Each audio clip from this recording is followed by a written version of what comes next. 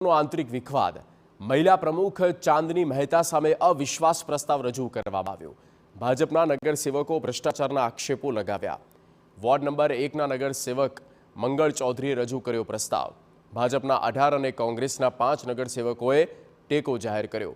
અવિશ્વાસ પ્રસ્તાવ મતના આધારે મંજૂર થશે તો પ્રમુખને હટાવાશે। પાલિકા પ્રમુખ ચાંદની મહેતાને પદ પરથી દૂર કરાશે।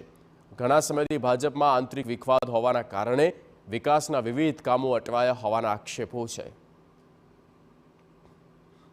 મારા સુધી આજે એક અવિશ્વાસની દરખાસ્ત મને મળી છે નગરપાલિકા અધિનિયમ 51(2) હેઠળ। એ અવિશ્વાસની દરખાસ્ત અન્વયે કુલ 22 સભ્યોએ દરખાસ્ત અને ટેકો દરખાસ્ત સાથે રજૂઆત કરેલી છે। એ દરખાસ્ત અન્વયે પ્રમુખશ્રીને 15 દિવસની અંદર ખાસ સામાન્ય સભા બોલાવવાની થાય છે અને એ બાબતે મેં પ્રમુખશ્રીને જાણ કરેલી।